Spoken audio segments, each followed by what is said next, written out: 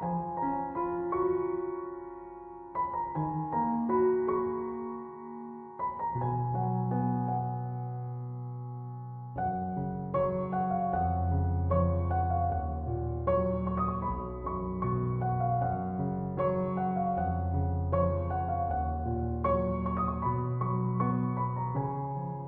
क्या है कि हम सरकारी स्कूल के जो अभी 12वीं का रिजल्ट आया है उसमें हमारे सरकारी विद्यालय में भी अच्छा परिणाम दिया है।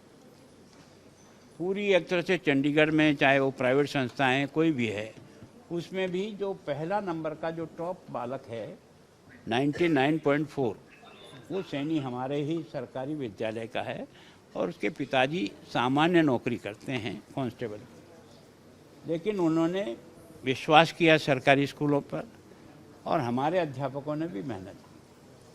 अभी हम केवल उतने ही बुला सके क्योंकि हमारे पास समय की भी और जगह भी कमी थी, तो केवल 50 से 95% से अधिक वालों को बच्चों को जो हमारी सरकारी स्कूल से उनको हमने बुलाया। पिछली बार हमारे 95% से अधिक जो बच्चे थे वो 29 बच्चे थे। इस बार हमारे 57 बच्चे जो है इस कैटेगरी में आए हैं।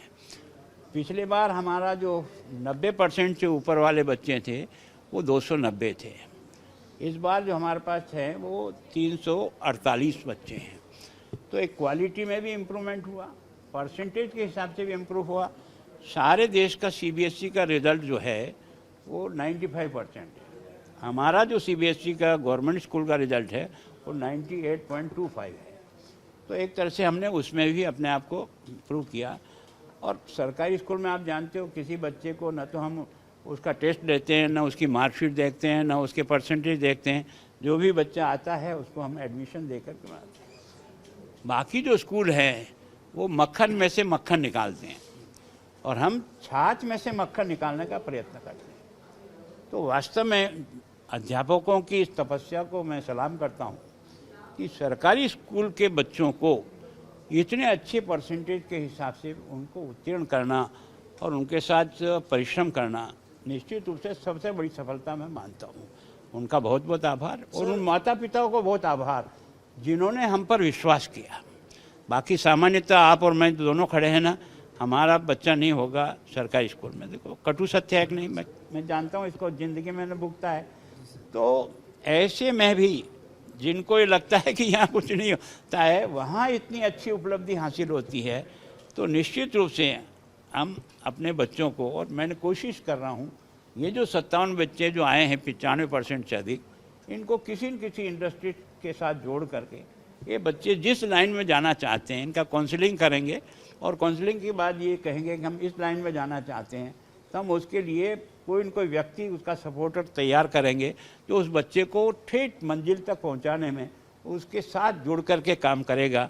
तो एक नया तरीका जो है वो चंडीगढ़ में हम विकसित करने का प्रयास करें। सर आपने बताया था 9वीं 10वीं 11वीं 12वीं के बच्चों को किताबें देंगे, उस थोड़ा वो निश्चित रूप से पिछली बार मैं कार्यक्रम में गया था, भारत विकास परिषद का था, उन्होंने कुछ किताबें वितरण की थी बच्चों को उनकी क्वालिटी के आधार पर। तो मैंने सोचा ये काम तो हम कर सकते हैं। हमारे कम से कम सरकारी स्कूल के सारे बच्चों को 8वीं तक की तो किताबें वर्षों से दे रहे हैं, हम दे सकते हैं। इसमें कोई बहुत ज़्यादा खर्चा नहीं। तो मैंने हिसाब निकाला था भाई 4.5 करोड़ के लगभग खर्चा आता है। मैंने कहा इतने बजट में से 1 करोड़ थोड़ी कम बन जाएगी, लेकिन बच्चों को कम से कम एक सुविधा मिल जाएगी, तो सुविधा देने का प्रयास किया है। और अभी हम सोच रहे हैं नए नए तरीके से कि बच्चों का जितना परसेंट 75 से ऊपर जितने परसेंट के बच्चे होंगे, जितना परसेंट वो लाता है उतनी जो है ना उसकी फीस वापस रिटर्न करेंगे उसकी सम्मान निधि के रूप में। फीस तो लेंगे लेकिन वो स्कूल में जमा रहेगी फीस, तो क्योंकि स्कूल के डेवलपमेंट के काम में थी। पर हम सरकार के बजट से उतना ही पैसा उन बच्चों को वापस सपोर्ट कर देंगे ताकि अच्छे बच्चे पढ़ सकें और बाकी बच्चों को भी एक प्रेरणा मिले। सर पीएम मोदी और बाकी कैबिनेट मिनिस्टर्स और स्टेट मिनिस्टर्स द्वारा जो है वो अपना कॉन्वॉय कम किया गया है ताकि तेल की बचत। देखो मैं सोचता हूँ कि माँ ने तो पहले ही दिन हमने सबको कह दिया कि बुधवार के दिन हमारा कोई भी स्टाफ मेंबर अपनी सरकारी गाड़ी का उपयोग नहीं करेगा, चाहे वो साइकिल से हो, चाहे पैदल आओ, चाहे जो बसें हमारी चलती उससे आओ, अगर उससे भी नहीं है तो आपका परिवार का कोई व्यक्ति आपको छोड़ के जाए। लेकिन एक प्रयत्न अगले बुधवार से हम कर रहे हैं, तो मैं सोचता हूँ। और दूसरा यह है कि हम लोगों ने भी सिक्योरिटी डिपार्टमेंट को भेज करके हम अपने साधनों को कम कर सकते हैं। कोई घटना दुर्घटना होगी तो ये कहेगा कि आपने हमारे बिना पूछे, तो हमने उनको पत्र भेज दिया है। कोशिश करेंगे हमारे राज्य में जितने लोग रहते हैं उनमें से जितनी कम से कम गाड़ियाँ की जा सकती हो करें। एसआईआर एक्सरसाइज जो है वो कंडक्ट की जा रही है, उसको लेकर पॉलिटिकल पार्टीज काफी ज्यादा डाउटफुल है। एसआईआर देखो, मैं कोई डाउटफुल होने का सवाल ही नहीं। अगर भारत के रहने वाले हो, बाप दादा यहाँ हैं, आप वर्षों से रह रहे हो, तो आपका अधिकार है। और आप चोर रास्ते से घुस करके यहाँ आकर के मतदाता सूची में नाम लिखा दिया तो नाम कटेगा। और उसके बाद भी अगर सच हो तो जिस जगह जाकर के आपको अपनी बात को रखनी है, अपने तथ्यों के साथ रखिए।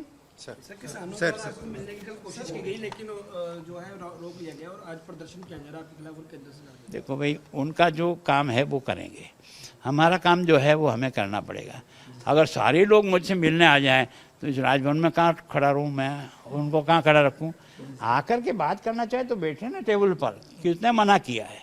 आप अपनी बात समझाओ, जो कुछ हमसे हो सकता है, जो केंद्र सरकार से हम करा सकते हैं, आपकी पैरवी करेंगे। लेकिन आप हमारे को ये है कि डिसिप्लिन तो कुछ मानना नहीं। मैंने बहुत पहले ही कहा, आराम से बैठो ना आप, मुझे कोई ऐतराज़ थोड़ी है। अभी भी आना चाहिए, अभी आओ, बैठो, बात करो, बात करने में क्या अर्थ है।